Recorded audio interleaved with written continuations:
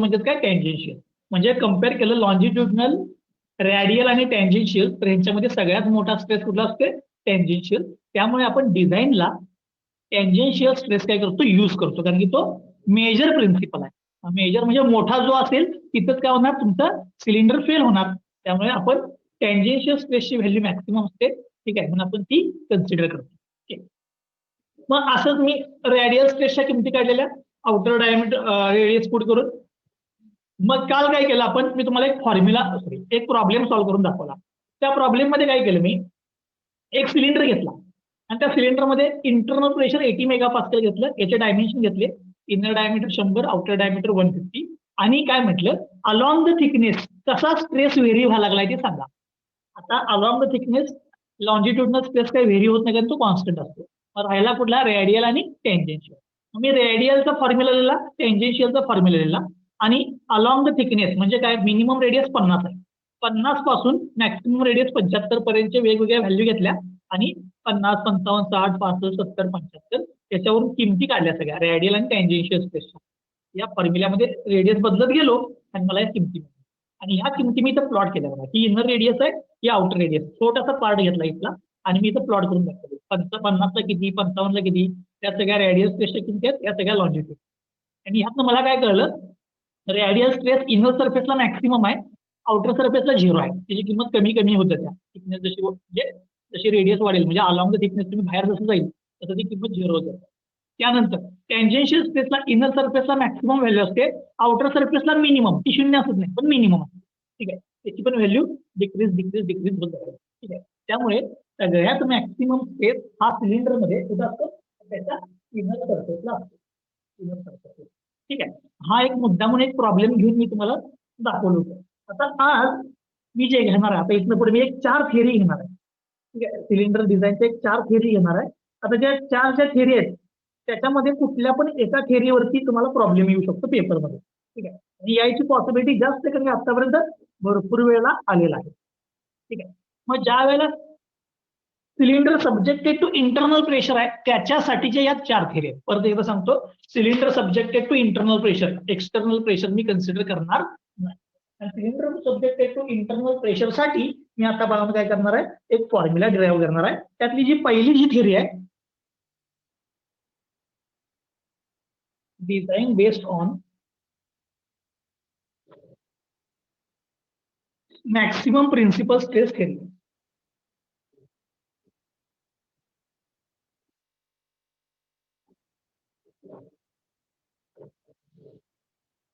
तुम्हाला प्रॉब्लेम मध्ये मेन्शन करतात, solve by using maximum principal stress theory.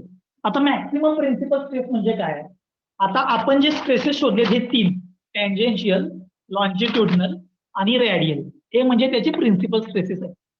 मग या 3 स्ट्रेसेस मधला मॅक्सिमम स्ट्रेस कुठला? मॅक्सिमम आपण कालच बघितलं, त्यातला मॅक्सिमम कुठला आहे? Tangential stress. म्हणजे हा त्याच्यामधला मॅक्सिमम प्रिन्सिपल स्ट्रेस आहे, हा मॅक्सिमम प्रिन्सिपल स्ट्रेस. मग ही थिअरी काय सांगत्या? When this maximum principal stress, when this maximum principal stress reach to the allowable stress of that cylinder material, म्हणजे त्या मटेरियलच्या परमिसिबल स्ट्रेसला ज्या वेळेला हा स्ट्रेस पोहोचणार त्यावेळेला ते मटेरियल काय होते? फेल होते, ठीक आहे. त्यामुळे मॅक्सिमम प्रिन्सिपल स्ट्रेस थिअरी काय बघा? When the maximum principal stress induced in the cylinder reaches to maximum permissible stress of the cylinder material, then cylinder fail. आता मी हे इथं वर्ड्स मध्ये लिहितो, काय बघा? मॅक्सिमम प्रिन्सिपल स्ट्रेस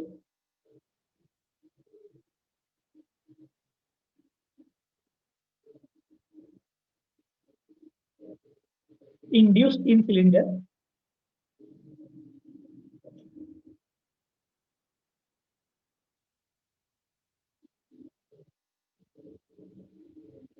कोणा एवढा व्हायला पाहिजे?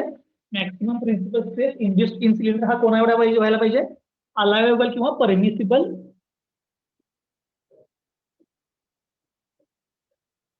Stress of cylinder material.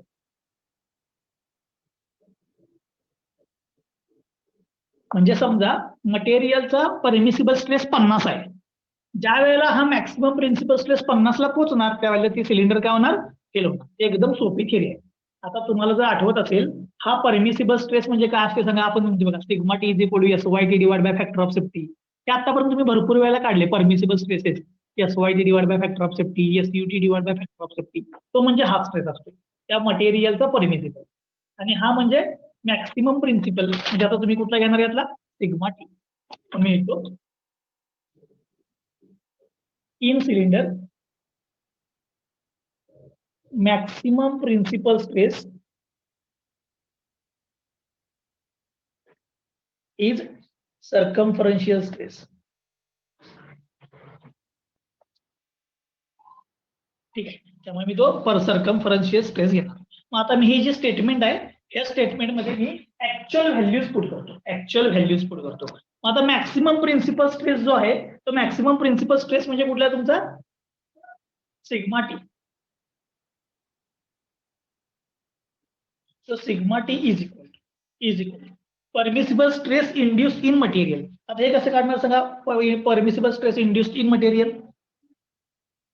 SUT किंवा SYT डिवाइड बाय काय येणार फॅक्टर ऑफ सेफ्टी. SUT किंवा SYT divide by factor of safety.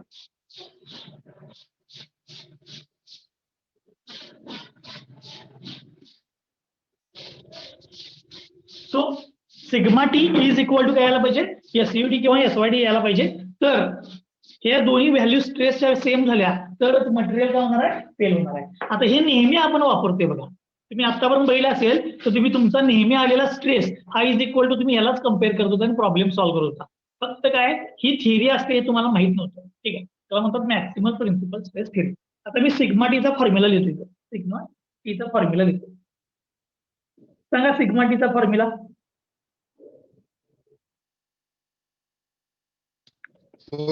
Divide by बघा इथे PI DI square plus DO square divide bye DO square minus DI square.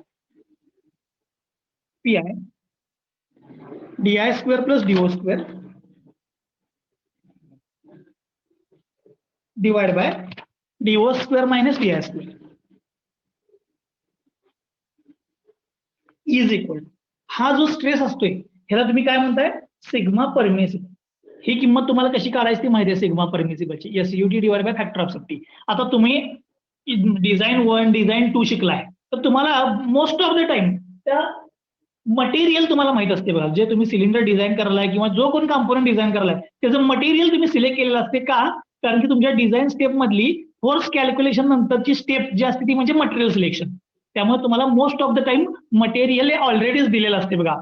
काय 15C4 आणि कुठले असते बघा SYT 340 380 न्यूटन पर MM स्क्वेअर. ते ती नेहमी व्हॅल्यू दिलेली असते. त्यामुळे हे माहित असते तुम्हाला. हा म्हणजे तुमचा परमिसिबल स्ट्रेस. हा म्हणजे तुमचा मॅक्सिमम परमिसिबल तो तुमच्या ह्याच्यामध्ये आलेला तो म्हणजे सर्कमफरन्शियल स्ट्रेस. ठीक आहे. आता हे मी मॉडिफाय करणार आणि हा मॉडिफाय करून मला ह्यातनं काय मिळवायचं आहे ह्यातनं मला काय मिळवायचं आहे ते सांगतो. सिलेंडर डिझाईन करताना आपण कधी पण सिलेंडरचा इनर डायमीटर इम्पॉर्टंट आहे आउटर डायमीटर इम्पॉर्टंट आहे का या सिलेंडरची थिकनेस इम्पॉर्टंट आहे का सिलेंडरची लेंथ इम्पॉर्टंट. मी काय म्हटलं समजलं तुम्हाला. सिलेंडर मध्ये डिझाईन मध्ये याची थिकनेस इम्पॉर्टंट आहे इनर डायमीटर आउटर डायमीटर काय इम्पॉर्टंट आहे इनर डायमीटर. लक्ष घ्या तुम्ही हा इनर डायमीटर किती पण बदलू शकताय कमी जास्त करा. हा कमी केला तर थिकनेस वाढवायला लागते. हा इनर डायमीटर वाढवला तर थिकनेस कमी करायला लागते. म्हणजे काय असते ही वॉल थिकनेस लई इम्पॉर्टंट असते. काय म्हटलं मी इनर डायमीटर कमी जास्त करा काय फरक पडत नाही पण त्याप्रमाणे काय व्हायला पाहिजे वॉल थिकनेस कमी जास्त व्हायला पाहिजे. म्हणजे ही जी थिकनेस असते वॉलची थिकनेस त्याच्यावरती सिलेंडर फेल होणार का नाही ठरणार असते. त्यामुळे तुम्हाला जे डिटरमाइन करायचं असते ते म्हणजे काय या सिलेंडरची वॉल थिकनेस डिटरमाइन करायची असते. Wall thickness. ठीक आहे. त्यामुळे तुम्ही जर पहिला टाईप जर बघितला असेल पहिला कुठला थिन सिलेंडर तर त्यात मी तुम्हाला शेवटला थिकनेसची किंमत काढून दिली असणार आहे. ठीक आहे. त्यामुळे याच्यामधलं तुमचं अल्टिमेट एम काय आहे की तुम्हाला थिकनेस मिळवायची सिलेंडरची. इनर डायमीटर तुम्ही किती पण घ्या 50 घ्या 60 घ्या 70 घ्या तर तुम्ही तुमच्या स्पेस प्रमाणे जर कन्सिडर केला तर थिकनेस त्याप्रमाणे व्हेरी होणार ना. इनर डायमीटर आपल्या हातात आहे किती पण घ्या ते काही कॅल्क्युलेशन काढायची गरज नाही. मग कॅल्क्युलेशन काय काढायचं त्याला लागणारी थिकनेस किती. ठीक आहे. त्यामुळे मी याच्यामधनं आता काय डिटरमाइन करणार आहे थिकनेस. आता इनर डायमीटर समजा तुम्ही 50 ठरवला ठीक आहे. मी थिकनेस कॅल्क्युलेट केली तर तुम्हाला यातनं काय मिळतं बघा ना, आउटर डायमीटर अल्टिमेटली मिळणार आहे. आणि inner diameter plus 2 diameter thickness केली की तुम्हाला आउटर डायमीटर मिळेल. ठीक. आता याला मी सॉल्व्ह करणार आहे आणि यातनं याच्यामधून मी काय मिळवणार आहे, मला पाहिजे थिकनेस. त्यामुळे ही डिनॉमिनेटरची टर्म तिकडे शिफ्ट करणार. P I D I square plus DO square. आता यातनं थिकनेस शोधायची ना, तर थिकनेस कशी शोधायची सांगतो. DO square minus D I. ही टर्म उचलून मी या बाजूला शिफ्ट केली. आता आपण काय करूया, या थ्रूआउट इक्वेशनला डीआय न डीआय न काय करा, डिवाइड करा. डीआय न डिवाइड करा. बरं ठीक आहे, डीआय न डिवाइड करा या थ्रूआउट इक्वेशनला. म्हणजे इथे काय येणार बघा, डीआय नाही, डीआय स्क्वेअर न डिवाइड करा. डीआय स्क्वेअर न डिवाइड केलं तर इथे किती येणार, हे 1 प्लस इथे काय येणार बघा, DO square divide by DI square. इथं का आलं, कारण की इथं डीआय आहे, इथं डीआय नाही आहे. मग डीआय स्क्वेअर डिवाइड बाय 1 झाला. DI square DO square divide by DI square आला इज इक्वल. हा सिग्मा परमिसिबल तसाच राहिला. इथं DO square divide by DI square minus इथे DI square divide by DI square म्हणजे किती झाला, 1. मी इथे लिहितो divide both sides by DI. मी डीआय स्क्वेअर काय केलं, बोथ साइडला डिवाइड केलं. आता मी बोथ साइडला डीआय स्क्वेअर डिवाइड केल्यानंतर या पीआय न आत मल्टिप्लाय करून घेतो, या सिग्मा परमिसिबल न आत मल्टिप्लाय करून घेतो. या पीआय न आणि सिग्मा परमिसिबल म्हणजे हा झाला PI plus PI DO square divide by DI square is equal to sigma permissible DO square divide by DI square minus sigma permissible. Okay, मी आत मल्टिप्लाय करून घेतो. आता इथं डीओ स्क्वेअर आलाय बघा, DO square divide by DI square. इथं पण DO square divide by DI square आले. आता ह्या दोन टर्म काय करूया, आपण एकत्र करूया. ह्या दोन टर्म एकत्र करूया. आता कसे एकत्र करूया बघा, हा सिग्मा परमिसिबल इथनं उचलतो, या बाजूला घेतो. म्हणजे पीआय हा मायनस इकडे आला का होणार प्लस सिग्मा परमिसिबल. हा मायनस इकडे आला झाला प्लस. आता ही टर्म तशीच राहू दे, sigma permissible DO square divide by DI square. आता ही पीआय ची टर्म तिकडे न्या, minus PI DO square divide by DI square. म्हणजे मी काय केलं, डीओ स्क्वेअर आणि डीआय स्क्वेअरच्या टर्म एकत्र केलं. मग पीआय ची डीओ स्क्वेअर डीआय स्क्वेअरची टर्म इकडे घेतली, सिग्मा परमिसिबलला इकडे घेतलं. आता या दोघांच्या मध्ये काय कॉमन आहे बघा, दोघांच्या मध्ये DO square divide by DI square हा कॉमन आहे. त्यामुळे इथं राहिला काय, सिग्मा परमिसिबल मायनस पीआय. आणि इकडे काय बघा, सिग्मा परमिसिबल प्लस पीआय. ठीक आहे, मी इंटरचेंज करून गेलो. माझं अल्टिमेट एम काय आहे, अल्टिमेट एम मला थिकनेस पाहिजे आहे. आता मी थिकनेस कशी मिळवतो बघा, या डीआय स्क्वेअरला इकडे घ्या, सिग्मा परमिसिबल मायनस पीआय ची टर्म इकडे घ्या. So DO square is equal to, DO square एका बाजूला ठेवला, हे सगळं इकडे घ्या. Sigma permissible plus PI divide by sigma permissible minus PI, जी तिकडची टर्म इकडे आणली. आता डीआय स्क्वेअर पण घ्या, डीआय स्क्वेअर. ठीक, डीआय स्क्वेअर मल्टिप्लाय झाला, हे डिवाइडला गेलं आणि मी डीओ स्क्वेअर एका बाजूला घेतलं. आता डीओ स्क्वेअर एका बाजूला घेण्यामागचं कारण, डीओ स्क्वेअर भावाने एका बाजूला घेण्यामागचं कारण काय असेल, तर डीओ आउटर डायमीटर म्हणजे काय असतोय, इथे या, हे बघा, हा इनर डायमीटर डी आहे, हा तुमचा आउटर डायमीटर डीओ आणि इथून ही थिकनेस आहे.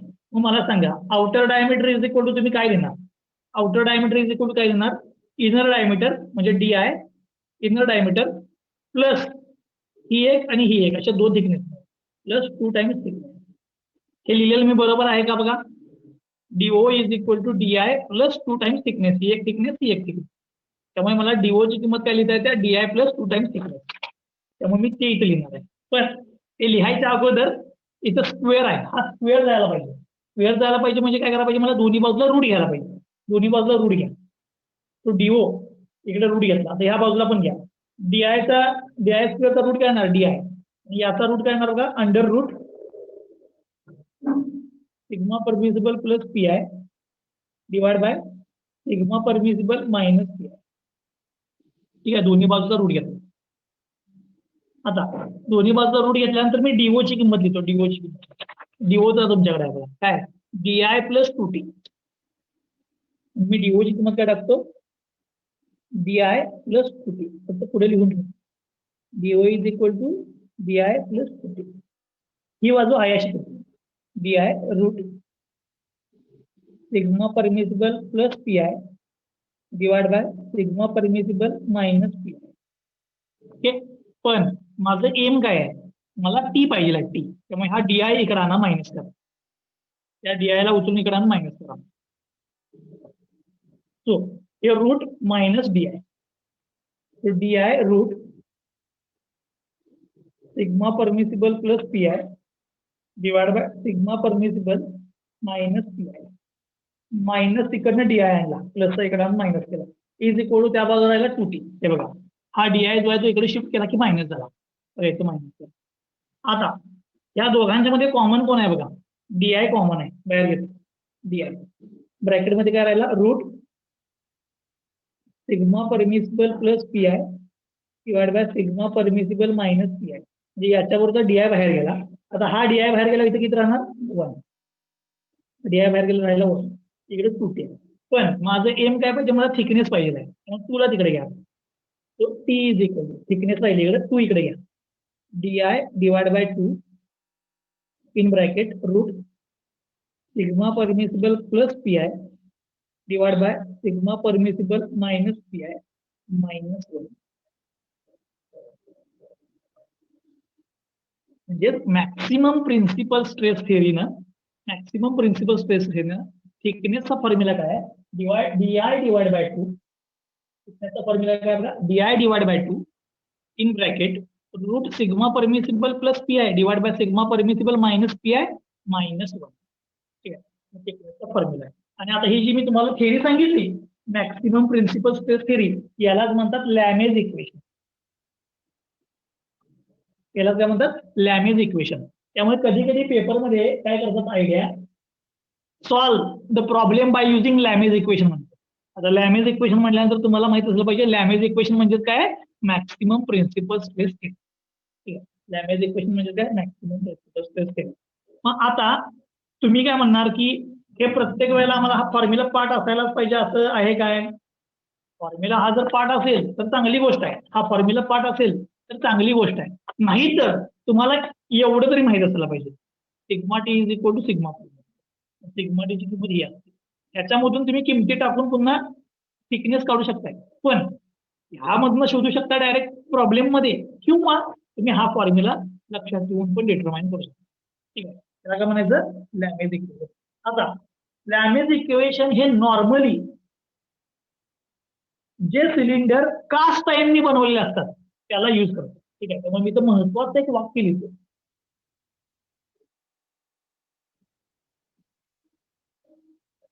लॅमेज equation is used when cylinder is made from the material, from the brittle material. हे एकदम इम्पॉर्टंट आहे. आता कधी कधी असं म्हणतात, काय म्हणायच्या म्हणजे असं काय काय करतात प्रॉब्लेम मध्ये, मटेरियल देताना कास्ट आयर्न द्यायचं.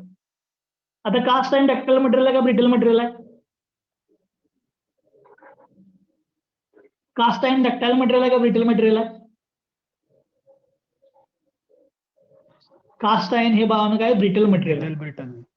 मग कास्ट आयर्न जर तुम्हाला मटेरियल दिलं असेल सिलेंडरचं, तर तुम्ही अल्टिमेटली थेरी कुठली वापरायला पाहिजे, तुम्हाला ते सांगणार बी नाही कुठली थेरी वापर म्हणून.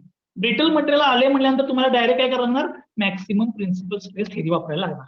ठीक आहे, मी इथं मुद्दा म्हणून लिहितो कास्ट आयर्न. एक एक्झाम्पल लिहिले, एक्झाम्पल काय, कास्ट आयर्न म्हणजे सिलेंडरचं मटेरियल जर कास्ट आयर्न असेल तर तुम्हाला डायरेक्ट काय करायला पाहिजे, ही ब्रिटल मटेरियलची थेरी वापरायला पाहिजे. आणि थेरी म्हणजे काय, मॅक्सिमम प्रिन्सिपल स्ट्रेस थेरी. ठीक आहे, मॅक्सिमम प्रिन्सिपल स्ट्रेस थेरी. सगळ्यांना समजले? सोपं आहे. या डेरिव्हेशन मध्ये काय प्रॉब्लेम असला तर विचारा पेपरला. आता हे पण सांगतो, डिराइव्ह लॅमेज इक्वेशन. असं 6 किंवा 8 मार्कांना भरपूर वेळा विचारले, किंवा एक्सप्लेन किंवा design procedure, explain the design procedure of maximum principal stress theory for cylinder असे विचारले. कुठलं पण विचारतात, लॅमेज इक्वेशन लिही म्हणतात, मॅक्सिमम प्रिन्सिपल स्ट्रेस थेरी लिही म्हणतात. एकदम सोपा आहे, मी एका मिनिटात फक्त रिवाइज करतो. काय आहे बघा, ही थेरी तुमच्या सिलेंडर मधला मॅक्सिमम प्रिन्सिपल स्ट्रेस हा परमिसिबल एवढा असायला पाहिजे. त्यापेक्षा जर जास्त झाला तर ते काय होते बघा, फेल होते. म्हणून मी सिग्मा टी हा तुमचा सब्जेक्टेड टू इंटरनल प्रेशरचा फॉर्म्युला लिहिला, आणि SUT divide by factor of safety sigma permissible. ठीक आहे, म्हणजे sigma T is equal to sigma permissible. मग आता मी काय केलं, याच्यामधनं लक्षात ठेवायचं, डीओ फक्त शोधायचा. डीओ म्हणजे त्या थिकनेस आहे त्या, त्यामुळे हे तिकडे नेलं, आत मल्टिप्लाय केलं, त्यातनं DO square divide by DI स्क्वेअरच्या टर्म एकत्र केल्यानंतर त्यातनं डीआय हे बाकी सगळं एकत्र डीओ एका बाजूला ठेवला, आणि डीओची किंमत टाकली डीआय डिवाइड बाय 2t, त्यावरून तुम्हाला थिकनेस. म्हणजे अल्टिमेट गेम काय आहे, डीओ बाजूला काढण्याचा. डीओ बाजूला काढला की थिकनेस मिळेल. ठीक आहे, मी थिकनेस मिळेल. आता बघा, याच्यावरती एक प्रॉब्लेम सॉल्व्ह करूया. एक मुद्दा म्हणून प्रॉब्लेम घेतो. ठीक आहे, ऍक्च्युली हा प्रॉब्लेम मी तुम्हाला जो आता द्यालोय तो खूप सोपा आहे, पण तोच प्रॉब्लेम मी प्रत्येक थेरीला सॉल्व्ह करत जाणार आहे. तोच प्रॉब्लेम प्रत्येक थेरीला मी सॉल्व्ह करत जाणार आहे. ठीक आहे, आता तुम्ही म्हणणार की काय, ऍक्च्युली सगळ्या थेरी संपल्यानंतर एक एक प्रॉब्लेम घ्यायला पाहिजे, पण मी मुद्दाम काय करायला, एक थेरी एक प्रॉब्लेम, एक थेरी एक प्रॉब्लेम, आणि मग नंतर कंबाईन प्रॉब्लेम स्टार्ट करूया. ठीक आहे, चलो आता बघा, सगळ्यात पहिल्यांदा प्रॉब्लेम पटकन लिहून घ्या.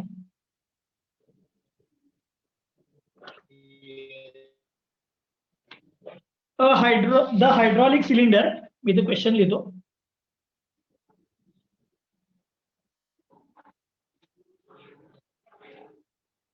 The hydraulic cylinder made of grey cast iron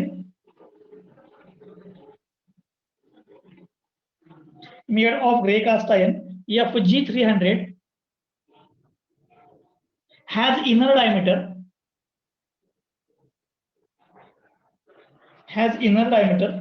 220 mm. The maximum internal pressure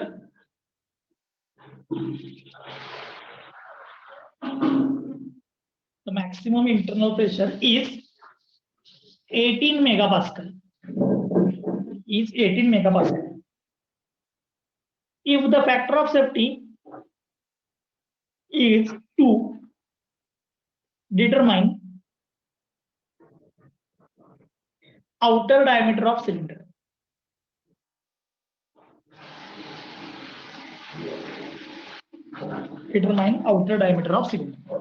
ठीक आहे, एकदम सोपा मुद्दा म्हणून प्रॉब्लेम घेतलाय. ठीक आहे, आता प्रॉब्लेम पहिल्यांदा बघा. प्रॉब्लेम मधलं मी गिवन सगळ्यात पहिल्यांदा इथे लिहून ठेवतो. Given the hydraulic cylinder made of grey cast iron FG300. याचा अर्थ काय लक्ष द्या, मटेरियल मी तो मुद्दाम लिहितो, काय ग्रे कास्ट आयर्न FG300. याचा अर्थ काय, फेरेटिक ग्रॅफाइट, आणि ज्याची स्ट्रेंथ म्हणजे एसयूटी हा किती आहे, 300 न्यूटन पर mm² आहे. हे मटेरियल किती, समजलं. हा Indian designation of cast iron आहे.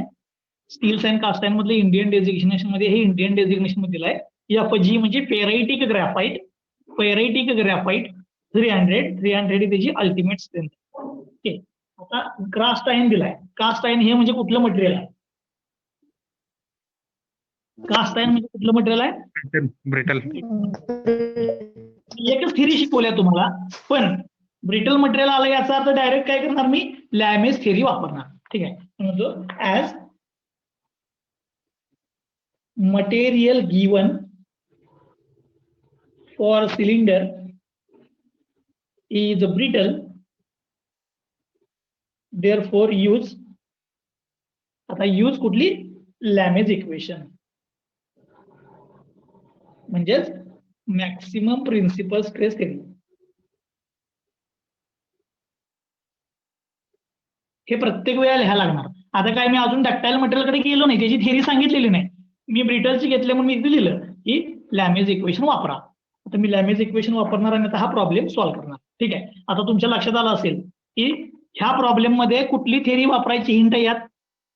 हिंट म्हणजे काय, तर ग्रे कास्ट आयर्न. ती हिंट आहे, याच्यावरून ठरवायचं हे मटेरियल डक्टाईल आहे का ब्रिटल आहे, आणि त्या प्रमाणे तुम्ही प्रॉब्लेम सॉल्व्ह करायला चालू करायचं. आता मी लॅमेज इक्वेशन वापरणार.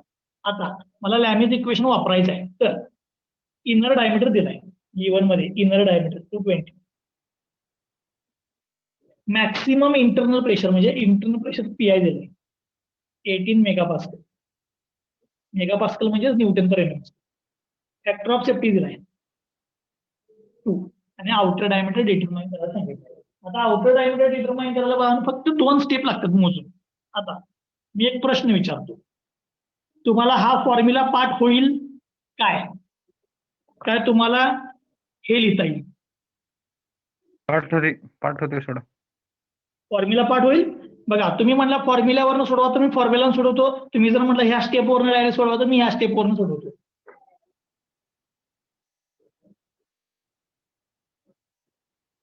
सांगा पटकन कुठल्या स्टेपवरनं? फॉर्म्युल्यावरनं करू?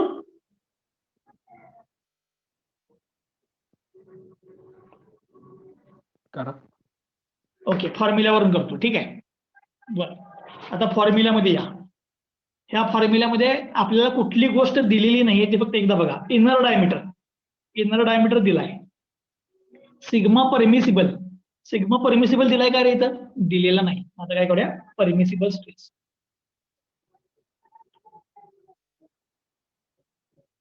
परमिसिबल स्ट्रेस काढूया.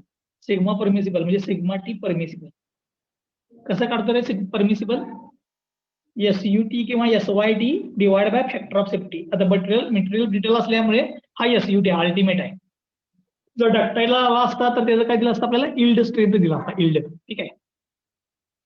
SUT divide by factor of safety. SUT किती आहे बघा? 300 divide by factor of safety दिलाय 2. सिग्मा टी परमिसिबलची किंमत मिळेल तुम्हाला 150. सिग्मा टी परमिसिबल किती आला? 150. चलो, आता एक किंमत जी माहित नव्हती ती मिळाली. इथे DI दिलाय. सिग्मा परमिसिबल म्हणजे सिग्मा टी परमिसिबल पण मिळाला, हे माहित आहे. इंटरनल प्रेशर पण दिलंय, इंटरनल प्रेशर. सगळ्या किमती माहित आहेत. आता डायरेक्ट काय माहिती? Thickness. By Lame's equation,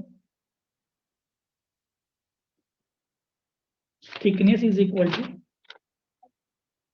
DI divided by 2 in bracket root sigma permissible plus PI divided by sigma permissible minus PI minus 1. ठीक आहे, किमती पुट करूया आता. DI इंटरनल डायमीटर दिलाय 220. सिग्मा परमिसिबल आता शोधलाय. सिग्मा परमिसिबल किती आला बघा? 150. PI आहे 18. सिग्मा परमिसिबल आहे 150, PI आहे 18.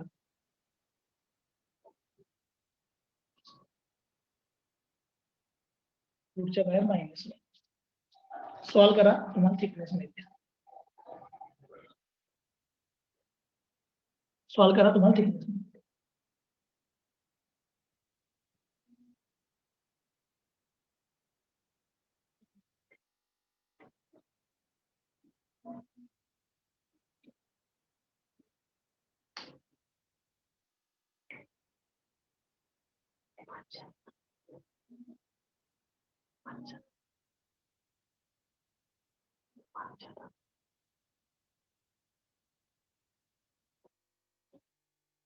बादशाह श्लोक काय म्हणाले पाहिजे? बादशाह दादा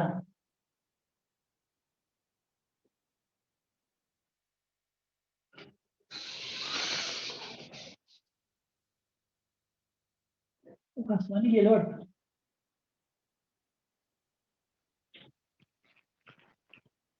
आहे सर. आहे जोय. श्लोक हाक माराल तर ए बादशाह. बोला की. पुढे आणि काहीतरी म्हटलेला पण आता जाऊ दे, सांगत नाही. बोला की. आता डिस्कनेक्ट झालं, परत कनेक्ट होत होतं, आवाज येत नव्हता म्हणून.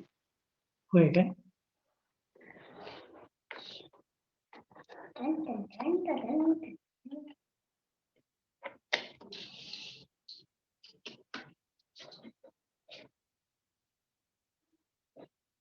जरा श्लोक कर, कॅमेरा करतो काय मी. किती आला आन्सर?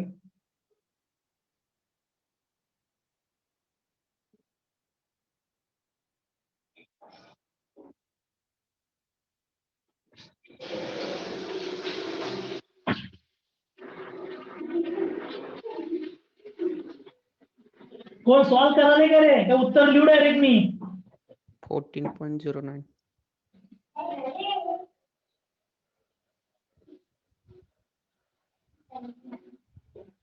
राजेश 14.09. 14.09 09. आता काय आहे, थिकनेस आहे ही.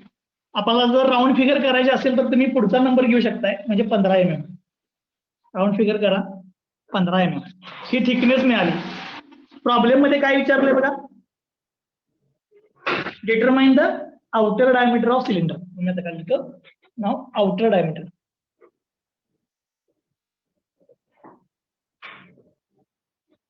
डीओ इज इक्वल टू काय येणार बघा, inner diameter plus 2 times thickness. Inner diameter plus 2 times thickness. Outer diameter, sorry, inner diameter दिला 220, 2 इंटू थिकनेस आली आता आपली 15, 30 म्हणजे 250 mm.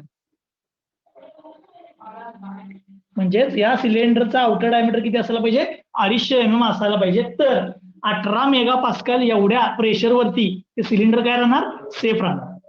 18 मेगापास्कल एवढ्या प्रेशरवरती ते सिलेंडर काय राहणार, सेफ राहणार.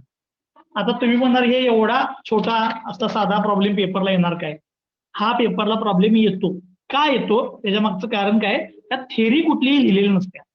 खरं याच्यामध्ये काय असते की थेरी ज्यानं व्यवस्थित लिहिली कुठली पाहिजे त्याच्यासाठी हे पूर्ण 6 किंवा 8 मार्क असतात. प्रॉब्लेम एकदम सोपा असतो. किंवा काय करतात, 2 थेरी कंबाईन करून वेगवेगळ्या थेरीने सॉल्व्ह करा. म्हणजे इथं काय म्हणतात, solve by using Lame's equation and Birnie's equation. आता बिर्नीज इक्वेशन मी अजून तुम्हाला सांगितलेलं नाही आहे. मग 2 वेगवेगळ्या थेरी सांगतात. मग पहिल्या थेरीप्रमाणे वेगवेगळ्या थिकनेस येत्या, डायमीटर वेगळा येतोय. दुसऱ्या थेरीप्रमाणे डायमीटर वेगळा येतोय. पण त्या थेरी वेगवेगळ्या मटेरियलला वेगवेगळ्या कंडिशनला वापरतो आपण. ठीक आहे, मी परत एकदा प्रॉब्लेम सांगतो बघा. प्रॉब्लेम मध्ये आपल्याला ग्रे कास्टाईन दिलेला, ठीक आहे, FG300 हे इंडियन डेजिग्नेशन आहे. फेरेटिक ग्रॅफाइट 300 ही त्याची स्ट्रेंथ असते SUT. मटेरियल हे ब्रिटल आहे, कास्टाईन आहे, त्यामुळे मी लॅमेज इक्वेशन म्हणजे मॅक्सिमम प्रिन्सिपल स्ट्रेस थेरी वापरली. इनर डायमीटर प्रेशर आणि फॅक्टर ऑफ सेफ्टी दिली. मला लागणार होतं इथं सिग्मा टी परमिसिबल, त्यामुळे मी सिग्मा टी परमिसिबल म्हणजे परमिसिबल स्ट्रेस काढून घेतला, SYD divide by factor of safety. त्यानंतर मी सगळ्या व्हॅल्यू पुट केल्या, मला थिकनेस मिळाली. थिकनेस मी inner diameter plus 2 times thickness केलेली, मला आउटर डायमीटर मिळाला. प्रॉब्लेम इथे संपला. आता हा एकदम छोटा प्रॉब्लेम होता. नेक्स्ट टाइमला दुसरी थिअरी झाली की मग मी 2-2 थिअरी असलेले किंवा सगळ्या थिअरी एकत्र आलेले प्रॉब्लेम घेणार. आता एकच थिअरी झाल्यामुळे मी एकाच थिअरीचा सिंगल प्रॉब्लेम घेतो. ठीक आहे, आता जर तुम्हाला काय डाऊट असेल तर तुम्ही विचारा.